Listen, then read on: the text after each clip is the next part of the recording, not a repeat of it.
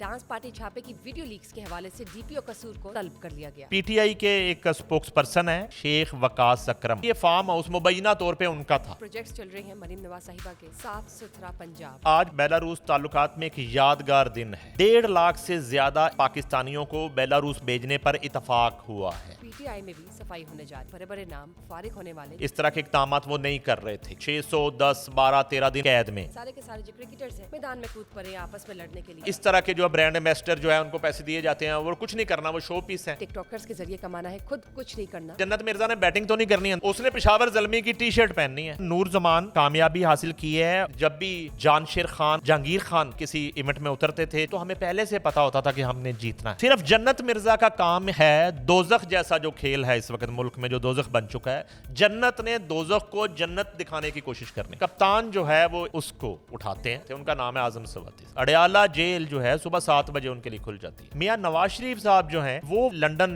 रवाना हो जाएं।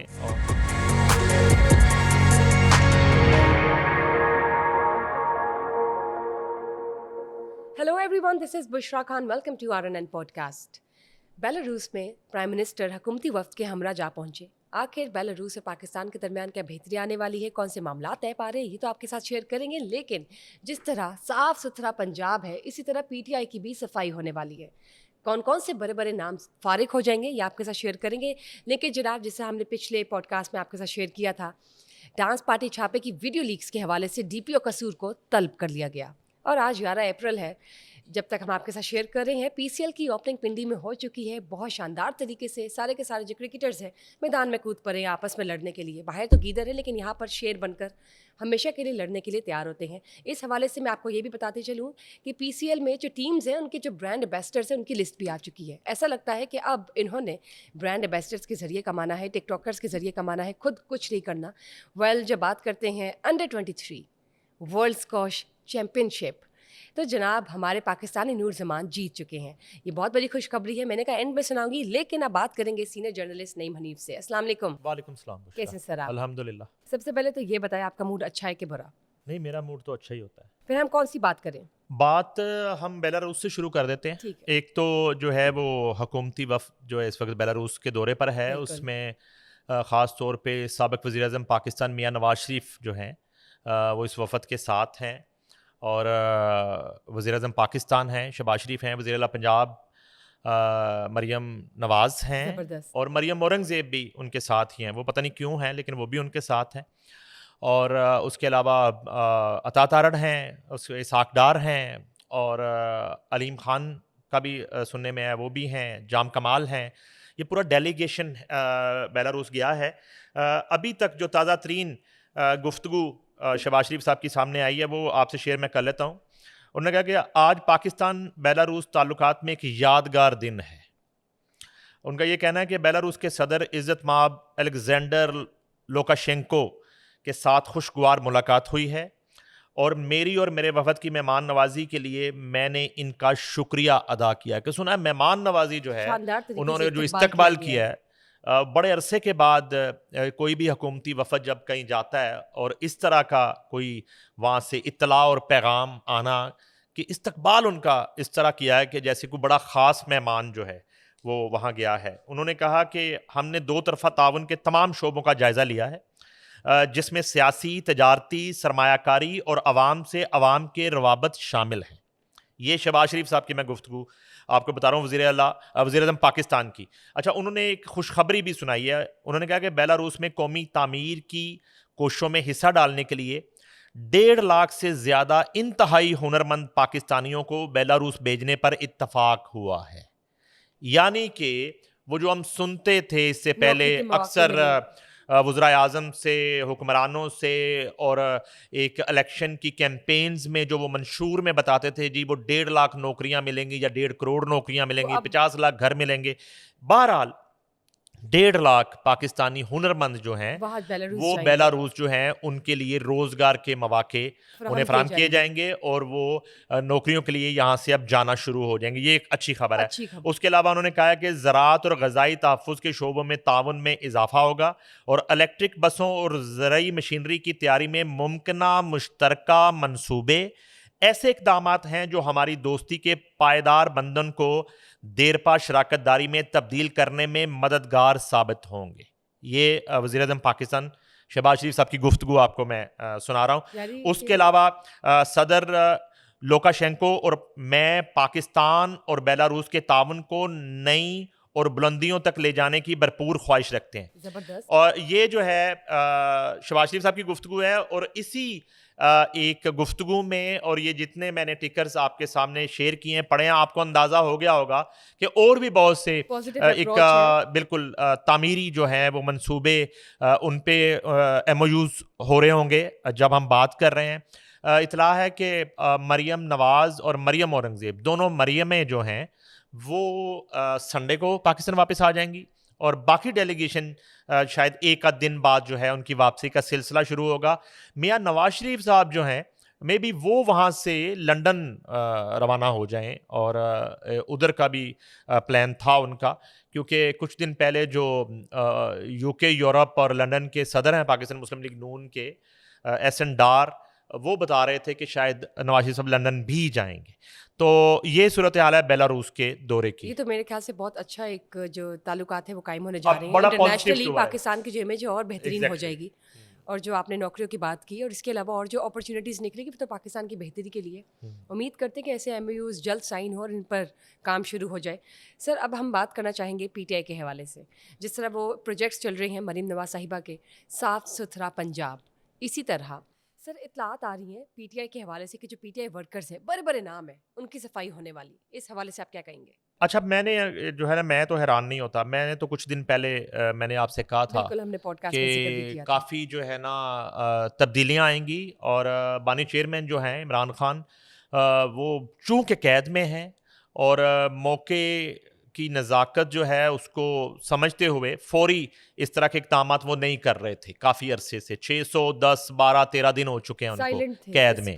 अच्छा, अब सूरत हाल ये है कि अचानक से ये जो डेली मुलाकातें हो रही थी, जो है ना, बैरिस्टर गौहर जा रहे हैं, सलमान अकरम राजा जा रहे हैं, फैसल चौधरी जा रहे हैं, अली मीन गंडापुर जा रहे हैं, और उसके अलावा जो कैसर हैं, असद कैसर हैं, और जितने इनके वो उमर अयूब हैं, ये सब लोग उनसे मुलाकातें कर रहे थे। और इन मुलाकातों का मकसद जो था, जाहिर है, एक उनके साथ सलाह मशवरा, बाहर की सूरत हाल से उनको आगाह करना। उनकी हमशीराएँ जा रही थी, अलीमा खान जा रही थी मुलाकातें करने के लिए, तो सरदार लतीफ़ कोसा मुलाकात करने के लिए जा रहे थे। अच्छा, इस तरह की सूरत हाल थी। अब अचानक से क्या हुआ ये कि हर ग्रुप जो जाता था वहाँ जो बात वो बताता था, वो किस हद तक बाहर के हालात से जो आगाही दे रहा था इमरान खान को, वो सही थी, गलत थी।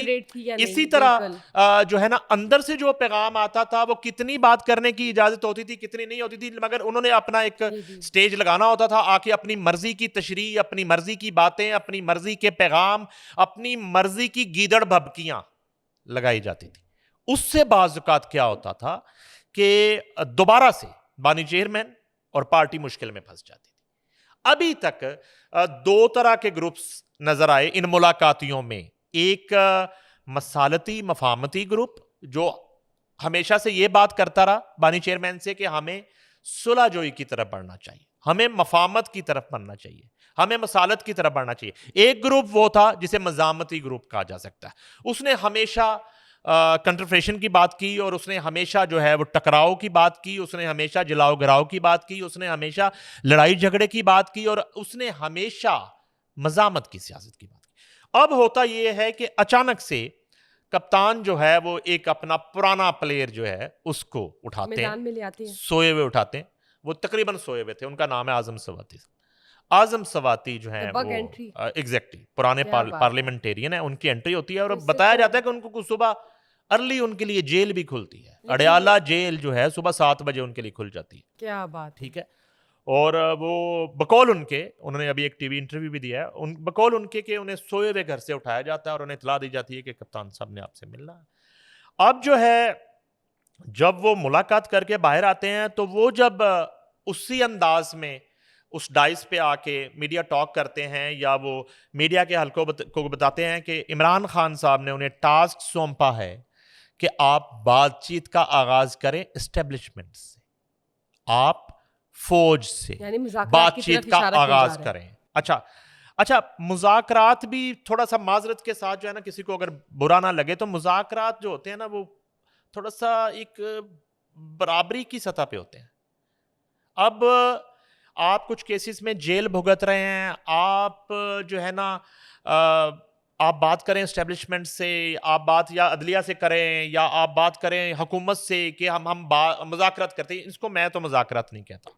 ठीक है, मैं इसको ये कहूंगा कि बातचीत जो है उसका करने का कहा गया। अच्छा, आजम स्वाति साहब ने जब आके कहा, तो वो जो दूसरे पीटीआई के जो मज़ामती धड़े हैं, उनको लगा कि हमारी तो हैसियत जो है वो जीरो हो जाएगी, हमारी पोजीशन क्या रह गई, और खतरे में पड़ गए। हम जो है ना मरवत की तरह, शेर अफजल मरवत की तरह कई बारी बारी हमारी छुट्टी ना हो जाए। तो उन्होंने बाकी सब थोड़ा सा PTI वर्कर्स को खतरा इस बात को उन्होंने इधर उधर दबे लफ्जों में टॉक शोज में और मुख्तलिफ निजी महफिलों में और मुख्तलिफ हलकों में उन्होंने कहा कि नहीं नहीं नहीं, इस बात का कोई जो है ना हकीकत से ताल्लुक नहीं। आजम स्वाति साहब का पता नहीं क्या ज़हन काम नहीं करता, और वो हालांकि वो डिनाई कर रहे हैं। बड़े एक सीजन बुजुर्ग सियासतदान है।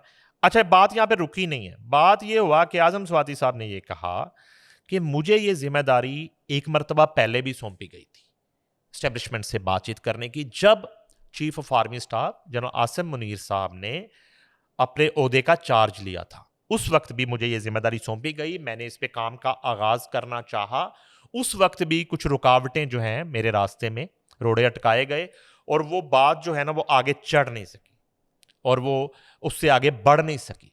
अब अलबत्ता ये हुआ कि पहले तो इस आजम स्वाति साहब की एंट्री से ये जो जितने मैंने नाम लिए हैं, अब आपको इनकी मुलाकातों में बहुत तेजी से कमी नजर आएगी।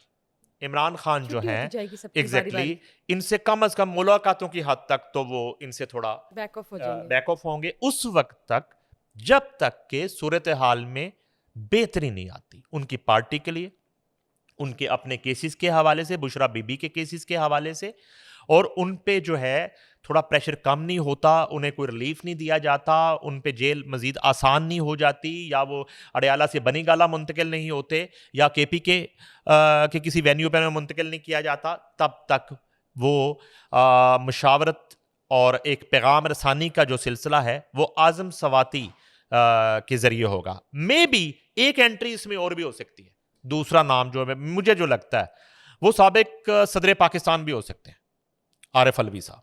मुझे लग रहा है कि शायद आजम स्वाति के बाद आरिफ अलवी की एंट्री हो, और ये जो 2-3 सीनियर मोस्ट पार्लियामेंटेरियंस हैं ये बातचीत का आगाज करेंगे एस्टेब्लिशमेंट के साथ।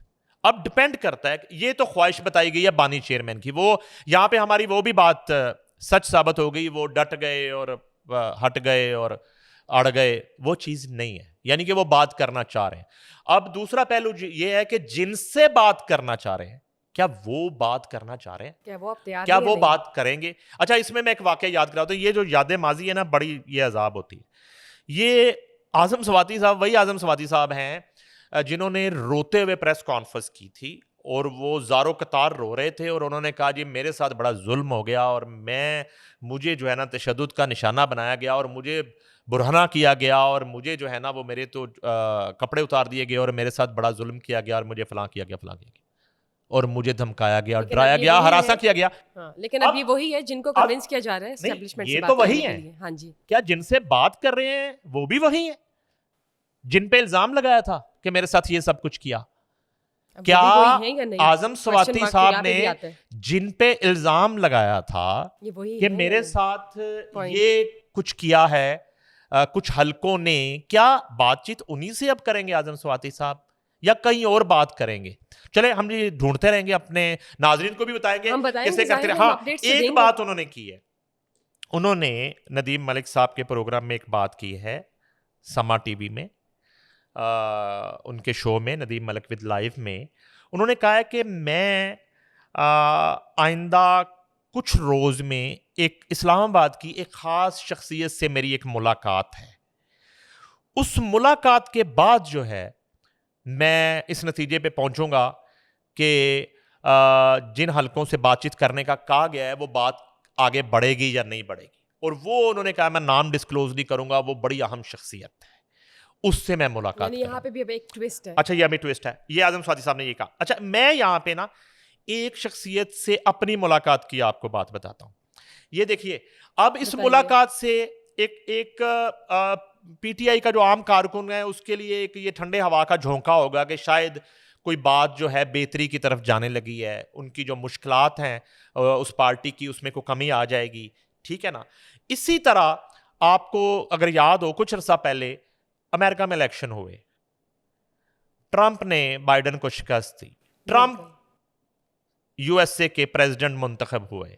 अब इस असना में उस इलेक्शन से कबल एक माहौल बना दिया गया कि अगर ट्रंप जीत गए तो इमरान खान आजाद भी हो जाएंगे और इक्तदार में भी आ जाएंगे। पीटीआई ने ये वावेला शुरू कर दिया, टॉक शोज में शुरू हो गया, अमेरिका में इनके जो वो भगोड़े बैठे हुए हैं उन्होंने वहां से ये वावेला शुरू कर दिया और इस तरह का प्रोपेगेंडा शुरू कर दिया और एक माहौल बना दिया गया। अच्छा, उसी दौरान मेरी एक शख्सियत से मुलाकात हुई, मैं उनका नाम बताता हूँ। ये शाहिद खान हैं, पाकिस्तानी नयाद अमेरिकन हैं और ये साबिक सदर अमेरिका जो बाइडन के एडवाइज़र भी रहे, उनकी एडवाइज़र टीम में थे शाहिद खान साहब। मेरी उनसे लाहौर में मुलाकात हुई। अच्छा, जब मेरी मुलाकात हुई उसके बाद वो इस्लामाबाद भी जा रहे थे और बहुत अहम शख्सियात से उनकी मुलाकातें थी और ये भी उनका कहना था कि शायद अडयाला जेल में बानी चेयरमैन से भी उनकी मुलाकात हो। अच्छा, तो उनसे मैंने ये सवाल किया कि ये क्या माहौल है कि ट्रंप जो है इसमें कोई रोल अपना करेंगे और ट्रंप कह देंगे जी वो जितने मर्जी केसेस हैं तो आप इनको जो है वो जमानत इनकी होनी चाहिए, जेल से बाहर आ जाए। तो वो बाकायदा जो है ना वो कहका लगा के हंसे शाहिद खान साहब।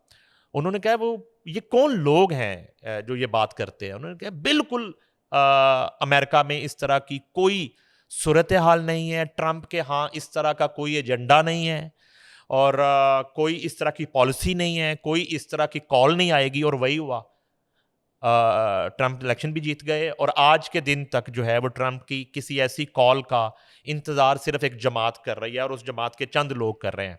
तो अब इसी तरह की मुलाकात जो है वो आज़म स्वाति साहब कह रहे हैं कि मेरी एक बड़ी ख़ास मुलाकात है इस्लामाबाद में, वो अब किसी एक शख्सियत से है या वो किसी एक वो सामने आई इदारे से है या कोई पैनल होगा उन शख्सियात का जिससे वो मुलाकात करेंगे और वहाँ पे बातचीत होगी और वो बताएंगे कि आपको ये करना होगा, इससे परहेज करना होगा, तो बात आगे बढ़ेगी। लेकिन सर वो शाहिद खान ने एक और बात भी तो आपको कही थी इक़्तिदार के हवाले से, वो आपने नहीं बताई। अच्छा नहीं, वो बात उन्होंने ये कही कि ये उनकी पेशन गोई थी, अब ये इन्फॉर्मेशन नहीं थी। उन्होंने कहा कि मेरी कैलकुलेशन ये है, मेरी कैलकुलेशन ये है कि मे बी जब ये सज़ा ख़त्म हो जाए और इमरान खान जो है वो आज़ाद हो जाएं और दोबारा से एक ग्राउंड पे आके सियासत का आगाज़ करें और दोबारा इंतखाब हो जाएं, तो उनका ये कहना था कि वो अगर दोबारा इंतखाब होते हैं तो इमरान खान उसमें वज़ीर आज़म पाकिस्तान दोबारा मुंतखब हो सकते हैं, इसके बड़े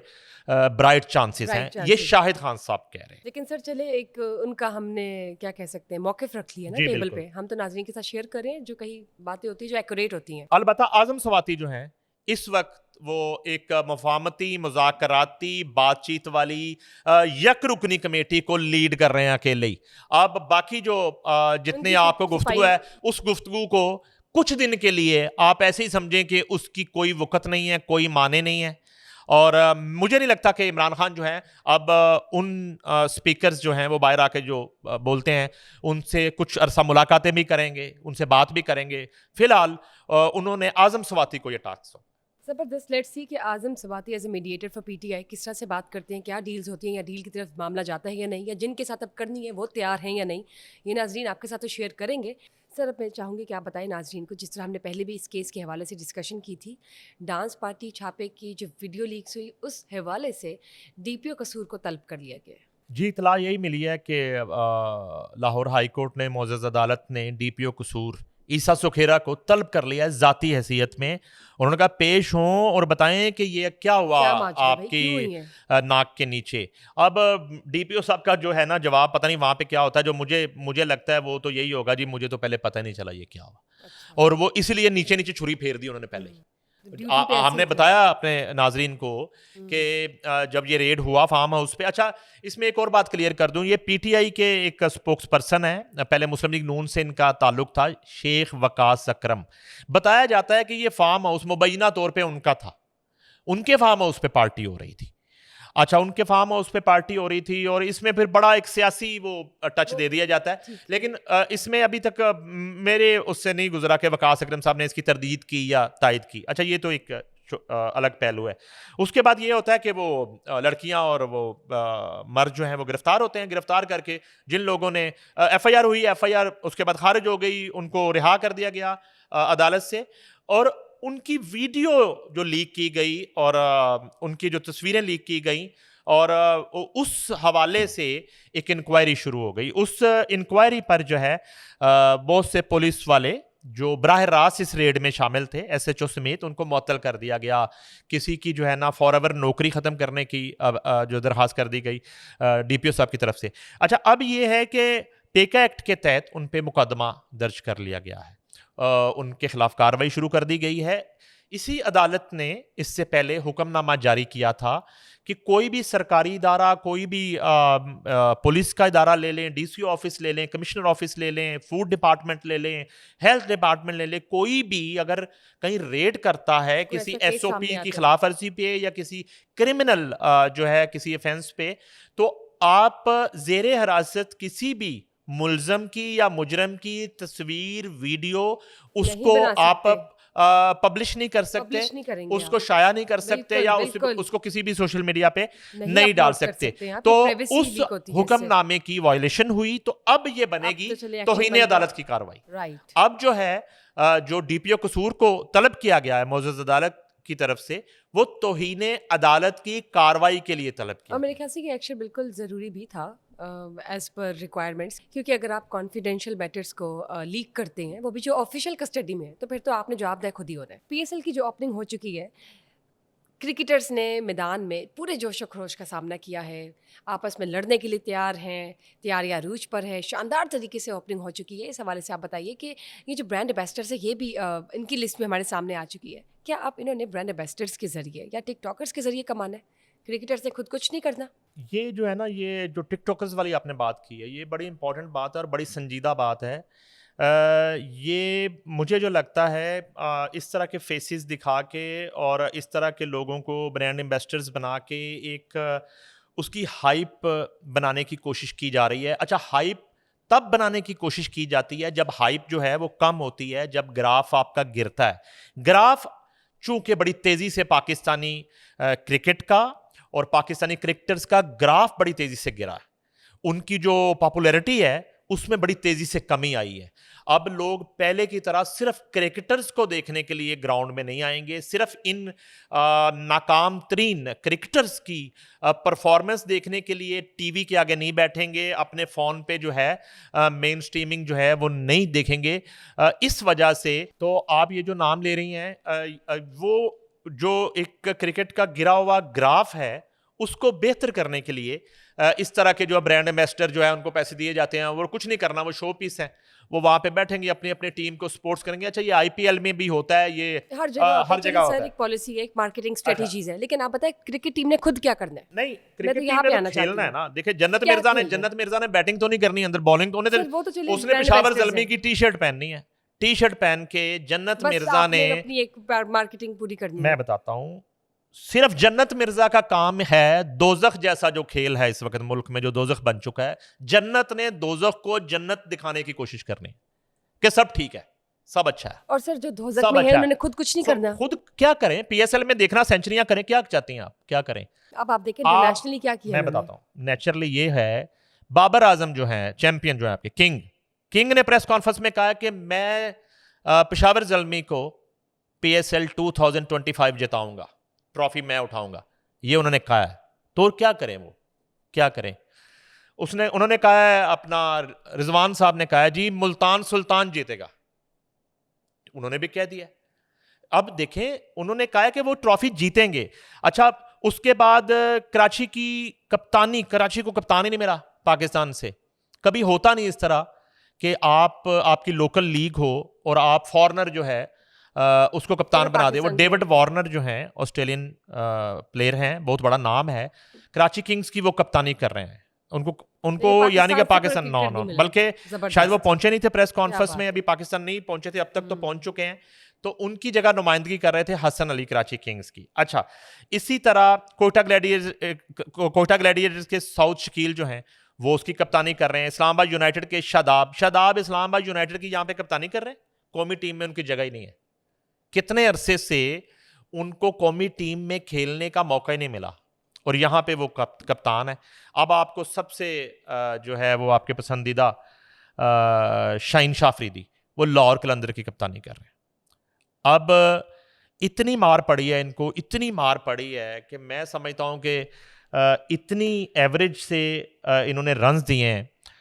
मैं इससे पहले शायद ही किसी क्रिकेटर को कंसेक्टिव जो है इतनी नाकाम। अच्छा, मैं ये एक्सपेक्ट कर रहा था कि शायद कोई पीसीबी इस तरह का डिसीजन करे कि ठीक है पीएसएल हो रही है, आपने उसको बेचना भी है। उसको बेचने के लिए ये फॉरेनर्स आ गए हैं ना, मैं बता देता हूं कि उसको बेचने के सबसे ज्यादा न्यूजीलैंड के प्लेयर्स जो हैं मुझे नजर आ रहे हैं इसमें, क्योंकि अभी न्यूजीलैंड के साथ खेला आपने बहुत ज्यादा। न्यूजीलैंड इधर भी खेल के गया, न्यूजीलैंड उधर भी आप सीरीज खेल के आए हैं ज्यादा। इन्होंने ना उधर जो है मेरा फ्रेंडली माहौल बना हुआ न्यूजीलैंड के साथ। डेविड वार्नर है उसमें, टिम सौथी हैं, इनका ताल्लुक भी डेविड विले हैं, सिकंदर रजा जिम्बाब्वे से, शाकिब अल हसन हैं बांग्लादेश से, और डेरल मिचेल हैं, ये भी गालबन न्यूजीलैंड के हैं। कॉलिन मनरो भी न्यूजीलैंड के हैं। मार्टिन गुप्टिल, ये उधर से तो मेरे रिटायर हो चुके हैं गुप्टिल, अब नहीं खेलते न्यूजीलैंड की टीम में, लेकिन इधर हैं। और रिली रोसो हैं साउथ अफ्रीका से, और जॉनसन चार्ल्स हैं, ये गालबन इनका ताल्लुक वेस्ट इंडीज से है। अच्छा, उसमें सर वेवन रिचर्ड जो हैं लेजेंड, वो मेरे ख्याल में वो भी ज़रूर पहुंच गए होंगे। वो कोयटा ग्लैडिएटर की वो करते हैं, कोच हैं, हेड कोच हैं। उससे पहले पेशावर ज़ल्मी के साथ बड़ा अरसा जो है वो डेरन समी वो जुड़े रहे हैं। तो ये प्लेयर्स जो है ना मैंने बताया। अच्छा, मैं ये बात कर रहा था कि जब इतने बड़े फॉरनर आ गए हैं तो आप कम अज़ कम होना ये चाहिए था कि ये जो चैंपियन आपने बिठा दिए हैं सारे, दोबारा से फिर घुसा दिए पीएसएल में, इनको आप कहते कि जाके आप कोई तैयारी शरी करें। पीएसएल के बाद आपके जो नेशनल और इंटरनेशनल इवेंट्स हैं आपने उसमें जाके परफॉर्म करना है, अपनी परफॉर्मेंस को बेहतर करें। इनको डोमेस्टिक शुरू करवा देते, इधर जो है आप उस टैलेंट को मौका देते, और ज्यादा से ज्यादा इसमें इमर्जिंग टैलेंट होते हैं। 3 से 4 प्लेयर्स हर टीम में खेल रहे होंगे, लेकिन आप इन इंटरनेशनल प्लेयर्स के साथ कॉम्बिनेशन ऐसा बना देते कि आप, मगर यहाँ प्रॉब्लम ये आ जाता है ना कि आपने बेचना है, आपने बेचना है। जिस तरह आपको मायरा खान की जरूरत पड़ जाती है, आपको जन्नत मिर्जा वो पार्टी हो रही है वाली गर्ल जो हैं, ये सना जावेद जो हैं, और फाहद मुस्तफ़ा, ये हमायूं सईद जो हैं, वो कराची किंग्स को वहाँ पे सपोर्ट करते हुए दिखाई देते हैं। तो ये एक होता है, मगर मेरे ख्याल में अब ज्यादा जरूरत इसलिए है कि आपके क्रिकेटर्स को लोग उस तरह नहीं देखना चाहते। आपके क्रिकेटर्स को क्यों नहीं देखना चाहते? कि आपकी परफॉर्मेंस जीरो है। आपने जो है वो वर्ल्ड कप हरा दिया, आपने चैंपियंस ट्रॉफी हरा दी, आपने जितनी मुल्क से बाहर सीरीज हो रही हैं वो तमाम में आप शिकस्त खा रहे हैं, आपको वाइट वॉश हो रहा है, आप कहीं भी कामयाबी हासिल नहीं कर रहे। कहीं आप हारना जीतना जो है वो खेल का हिस्सा है, कहीं आप लड़ते हुए, आप टकराते हुए, मुकाबला करते हुए भी दिखाई नहीं देते। तो ये हालत है। इस वजह से ये पीएसएल जो है ये खेल से ज्यादा एक शो बिजनेस का इवेंट बनता चला जा रहा है, जिसमें आप जो है वो जिसमें आप जिस तरह आपने देखा कि ओपनिंग सेरेमनी में जो है ना वो गाना हो रहा है, जो भी हो रहा है वो डांस हो रहा है, चीजें हो रही हैं। एग्जैक्टली मसला ये है कि अब आपको लाले पड़े हुए हैं कि आपने इसको उठाना कैसे है, आपने इससे रेवेन्यू किस तरह जनरेट करना है। अच्छा, ये उसी तरह की बात है जिस तरह हमने वेम्बले एरीना भरने की बात की कि उस्ताद राहत फ़तेह अली खान के नाम पे टिकट बिकता है, उसने वेम्बले एरीना भर दिया और हजारों लोग यहाँ पे। अब जो है आप भरे ना स्टेडियम, आप टिकट बेच के दिखाए ना, अब डिस्कस किया करेंगे। हमने खेल के अंदर क्या हो रहा है, नोरा कुश्ती जो होनी है वो मुझे पता है, वो आपको भी पता है। हमने ये देखना करना किस मैच में जो है स्टेडियम फुल हुआ है और लोग जो है ना वो टिकट खरीद के इनको देखने आए हैं। पता चल जाएगा ना, सबके सामने होगा सर, पता चल जाएगा कि पिंडी स्टेडियम में कितना क्राउड आया करेगा, कजाफी स्टेडियम का कौन से मैच में भरा करेगा, और मुल्तान स्टेडियम में कितने लोग आएंगे, कराची स्टेडियम कितना कराची निकलेगा इस पीएसएल को सपोर्ट करने के लिए। आपको पता चल जाएगा किस भाव बिकती है। ये तो सबके हम सामने डेली ये डिस्कस किया करेंगे आपके पॉडकास्ट में। मेरे ख्याल से जो डेली मैचेस होंगे उसकी अपडेट्स हम नाजरीन को देंगे। लेकिन अब चलते हैं स्कॉश की जानब। नूर जमान जो कि पाकिस्तानी एथलीट हैं, उन्होंने अंडर 23 वर्ल्ड स्कॉश चैंपियनशिप जीत ली है। इस हवाले से आप क्या बताएंगे? बहुत बड़ी खुशखबरी है काफी देर बाद। जाहिर है कि जब आपको हर तरफ से सिर्फ शिकस्त की खबर ही नजर आ रही हो, आपको हार की खबर ही नजर आ रही हो, और ऐसे मौके पे जो है ना एक नौजवान ने एक खुशखबरी दी है। कभी कभी स्नूकर से बड़ी अच्छी खबर आ जाती है। वो मोहम्मद आसिफ 2-3 दफ़ा जीते हैं, जैसे और नदीम, एक और बच्चा जीत के आया था। मैं समझता हूँ कि उनके ज़रा हालात भी चेक कर लें जाके। यहाँ मैं वो नदीम अरशद का नदीम जिक्र कर देता हूँ। वो नेज़ा फेंक के आए और यहाँ आते ही जो है वो फ़ोटो सेशन के लिए मुख्तलिफ हाउसिंग सोसाइटियों ने प्लॉट अनाउंस कर दिए, मुख्तलिफ इदारों ने जो है उनके लिए जो है ना करोड़ों के जो है चेक्स दे दिए। वो ज़रा उनसे पीछे सर उन्हें ऐसा पूछें, कुछ उन्हें नहीं मिल है। गया? हाँ जी, ऐसा कुछ भी नहीं मिला उनको। कुछ नहीं मिला और उन्हें। अब ये जो है Noor Zaman under 23 world championship squash की हुई है, कराची में उसका फाइनल था, उसमें उन्होंने कामयाबी हासिल की है। और ये ओलंपियन जो हैं कमर जमान, उनकी फैमिली से इनका ताल्लुक है। और एक दौर ऐसा था कि जब भी जानशेर खान और लेजेंडरी जहांगीर खान स्क्वाश के किसी इवेंट में उतरते थे, चाहे वो वर्ल्ड ओपन होता था, चाहे वो कोई बड़ी चैंपियनशिप होती थी, तो हमें पहले से पता होता था कि हमने जीतना है। उसमें हमें किसी तरह का कोई अबहाम ही नहीं होता था। वो इतना अच्छा खेलते थे और इतनी मेहनत करते थे पूरा साल उस इवेंट के लिए कि वो जीत के लाते थे। और कितनी वर्ल्ड चैंपियनशिप और कितने वर्ल्ड टूर्नामेंट जानशेर खान ने कंसेक्टिव हैट्रिक्स किए हैं दोनों ने। और अब जहांगीर खान मौजूद थे। जानशेर खान साहब जो हैं उनको तो बेचारी बड़ी वो तबीयत ठीक नहीं है, उनके थोड़ा ज़हनी हालत भी बताया जाता है ठीक नहीं है। उनके लिए हम दुआ गो हैं, हमारे वो कौमी हीरो हैं। और अब ये नूर जमान जो हैं वो एक खुशखबरी लाए हैं, हम उनको अप्रिशिएट करते हैं। और हुकूमत पाकिस्तान को और स्पोर्ट्स के इदारों को ये रिक्वेस्ट करते हैं कि ये इतना बड़ा टैलेंट है, इसको ज़ाया होने से बचाएं, इस पर इसको इन्वेस्ट किया जाए मुकम्मल जो है इसको सपोर्ट और करें, पॉलिश किया इसको जाए इसको इस पे इन्वेस्ट किया जाए, ताकि ये दुनिया के जो आगे आने वाले बड़े इवेंट में उसमें उनमें जीत पाकिस्तान का सकें, नाम रोशन रोशन करें। करता रहे, ना कि स्क्वाश का हाल भी हॉकी और क्रिकेट के जैसा हो। आपने बिल्कुल ठीक बात की। हुकूमत को ऐसे टैलेंट को ज़ाया नहीं करना चाहिए, इन्वेस्ट करे, पॉलिश करे और इनका ख्याल रखे, सपोर्ट करे, क्योंकि इन दी एंड कि हमारे लिए, पाकिस्तान की बेहतरी के लिए खेल रहे हैं और इससे पाकिस्तान का जो नाम है वो रोशन होगा आइंदा आने वाले अरसे में भी और हमेशा होता रहे। बहुत बहुत शुक्रिया आपका। Thank you for being here and thank you guys for watching us today. Just stay tuned for another session. Till then, bye bye.